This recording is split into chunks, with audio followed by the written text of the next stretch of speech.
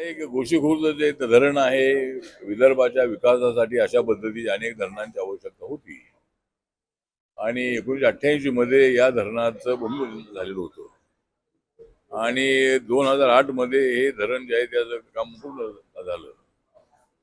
जवळजवळ त्याला 20 वर्ष हे धरण पूर्ण होण्यासाठी लागले. पण विदर्भाच्या विकासासाठी अशा पद्धतीच्या धरणांची नितांत आवश्यकता होती. वैनगंगा नदीवरती हा जो इथे धरण बांधण्यात आलेला आहे त्याला एक आगळं अशा पद्धतीचं महत्व आहे. 2,59,000 हेक्टर लक्ष आहे एवढ्या स्थितीला पाणी मिळालं पाहिजे. आता सध्या मात्र 2 लाखापेक्षा जास्त हेक्टर जमिनीला पाणी जात आहे आणि याच्यामध्ये जवळजवळ भंडारा, नागपूर आणि चंद्रपूर अशा 3 जिल्ह्यांना याचा मतलब फायदा होत आहे, होणार आहे. आणि आता हे धरण भरलेलं आहे 62% भरलेलं आहे. अजून या धरणाला भरण्यासाठी अजूनही मतलब 38% अजून धरण भरणं आवश्यक आहे. त्यामुळे अशा पद्धतीनं या धरणाचा अत्यंत चांगला उपयोग विदर्भाला किंवा या विदर्भाच्या 3 जिल्ह्यांना होणार आहे.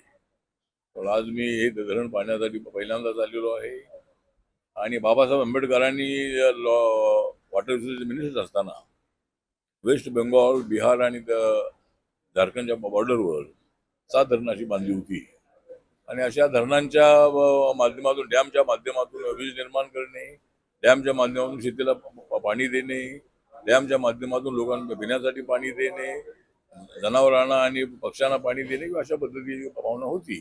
त्यामुळं हे जर धरण झालेलंच आहे.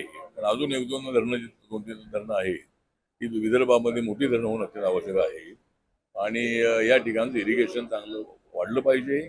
तरच विदर्भाचा चांगला विकास होणार आहे. या ठिकाणी अत्यंत सुपीक असणारी आणि फ्लॅट असणारी अशी जमीन आहे. त्यामुळे विदर्भाच्या विकासासाठी असे डॅम होणं अत्यंत आवश्यक आहे. जरूर आमचं जे एनडीएचं सरकार आहे, भारत सरकार, देवेंद्र फडणवीस यांचं जे महाराष्ट्राचं सरकार महायुतीचं आहे, नक्कीच विदर्भाकडे आमचं पूर्णपणे लक्ष आहे आणि विदर्भाच्या विकासासाठी, महाराष्ट्राच्या विकासासाठी आणि शेतकऱ्यांना न्याय देण्यासाठी अशा पद्धतीच्या धरणांची नितांत आवश्यकता आहे.